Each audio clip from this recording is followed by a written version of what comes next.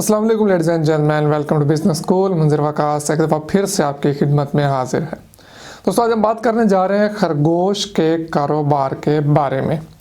अब बहुत सारे क्वेश्चंस आ रहे थे कि हमें खरगोश के कारोबार के बारे में बताएं, कैसे किया जाए, कहाँ किया जाए, खरगोश कहाँ से मिलेंगे, कैसे मिलेंगे। तो आज इसके बारे में डिटेल के साथ डिस्कस करेंगे कि आया खरगोश पालने से कुछ फ़ायदा है भी या नहीं, अगर नुकसान है तो वो क्या है, हम आमदन कितनी कमा सकते हैं, हम इन्वेस्टमेंट कैसे और कितनी कर सकते हैं। इन तमाम बातों के जवाबात इंशाल्लाह आज के वीडियो में हम डिटेल के साथ डिस्कस करेंगे। वीडियो की तरफ बढ़ने से पहले मैं आपको सजेस्ट करूंगा कि अगर आपने अभी तक हमारा चैनल सब्सक्राइब नहीं किया तो नीचे रेड कलर का सब्सक्राइब बटन बना हुआ है, उस पर क्लिक करके चैनल को सब्सक्राइब कर लें और साथ बेल आइकन बनेगा, उस पर भी लाजमी क्लिक कर लीजिएगा। उससे हमारे आने वाले तमाम वीडियोस के नोटिफिकेशन सबसे पहले आपको मिलते रहेंगे। वीडियो को जल्दी से लाइक कर दीजिए ताकि हम वीडियो को शुरू कर सकें। तो दोस्तों, खरगोश फार्मिंग, रैबिट फार्मिंग के बारे में बहुत ज़्यादा क्वेश्चनिंग मेरे से की गई।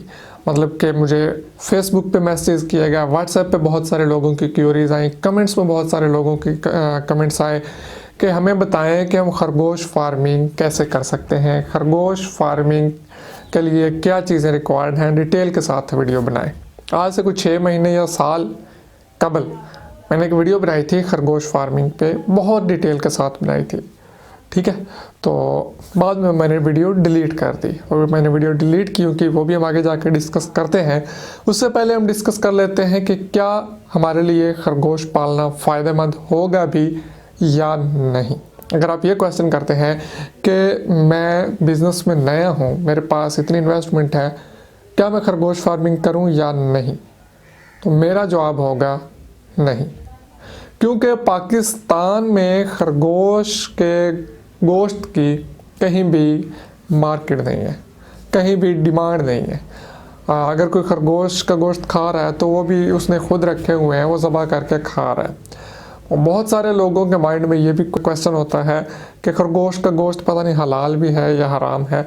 तो ये तो बात मैं क्लियर कर दूं कि खरगोश का गोश्त हलाल है। शरीयत मुहम्मदी सल्लल्लाहु अलैहि वसल्लम में खरगोश का गोश्त हलाल है, इसमें हराम वाली तो कोई बात नहीं है।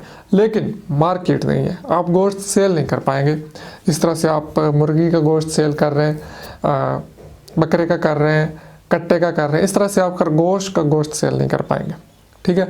हाँ, इसके लिए आपको अपनी मार्केट अगर आप बना लें, किसी ऐसी जगह पे आप स्टॉल लगा लें और उसकी मार्केटिंग इस अंदाज में करें कि लोग आपके पास आएँ। इसमें ये प्लस पॉइंट भी है कि कंपटीशन नहीं है, लेकिन नेगेटिव पॉइंट ये है कोई लोग ख़रीदते नहीं हैं। बहुत ही कम लोग होंगे जो कि खरगोश का गोश्त ख़रीदते होंगे। हम सपोज कर लेते हैं कि हमने रख लिए खरगोश, रैबिट फार्मिंग कर ली, हमारे पास 100 खरगोश है, 50 खरगोश है, 200 खरगोश है। तो अब हम उसकी खपत कहाँ पे कर सकते हैं, उसका गोश्त कहाँ पे यूज़ कर सकते हैं। तो इसका ये हल है कि आप BBQ लगा सकते हैं। आप बारबेक्यू लगाएं अपना, या किसी को लगवा के दे दें, मतलब कि बिज़नेस आपका अपना ही हो, उसमें आप खरगोश के BBQ लोगों को सर्व कर सकते हैं, ठीक है। या आपका अपना कोई रेस्टोरेंट हो, या आपकी किसी रेस्टोरेंट के साथ डील हुई हो कि हम आपको गोश्त प्रोवाइड करेंगे खरगोश का, और वो अपनी एक स्पेशल डिश बना दें खरगोश के गोश्त की, तो फिर भी ये काम चल सकता है। अदरवाइज़ इसकी प्रॉपर कोई मार्केट नहीं है। बहुत सारे लोगों को मैंने देखा है जिन्होंने खरगोश रखे और फिर खुद ही खाने पड़े, क्योंकि मार्केट में ये सेल नहीं होते। पिछले दिनों कुछ मैंने वीडियोस देखी जिनमें खरगोश फार्मिंग पे बहुत ज़्यादा जोर दिया जा रहा था। NARC इस तरह की कोई तंजीम है, ऑर्गेनाइजेशन है, वो फ्री में खरगोश बांट भी रही थी। तो अगर खरगोश का बिज़नेस नहीं चल सकता तो फिर वो ये क्यों कर रहे थे, इसका क्या मकसद है, ये भी मैं आपके साथ शेयर कर देता हूँ। बेसिकली वो एक खरगोश की ख़ास किस्म है, अंगूरा खरगोश जिसे कहते हैं, और वो गोश्त के लिए कम यूज़ किया जाता है। उसकी मेन जो पॉपुलैरिटी की वजह है वो है उसकी ऊन।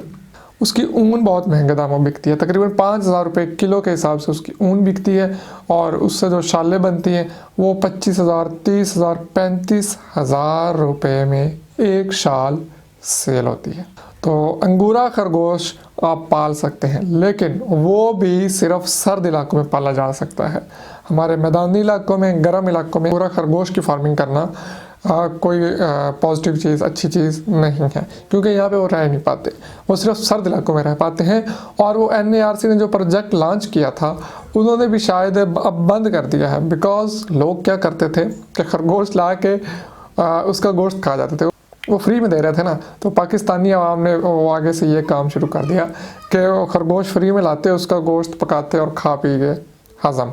तो उनका मकसद तो ये था कि इसे पालेंगे, इसके जो ऊन होगी वो बेचेंगे तो उससे इनका रोज़गार लग जाएगा। लेकिन ये आवाम ऐसी नहीं है। एक साल में तकरीबन 1 किलो ऊन इससे, एक खरगोश से उतर आती है। इस साल में आई थिंक 2 दफ़ा इससे ऊन उतारी जाती है।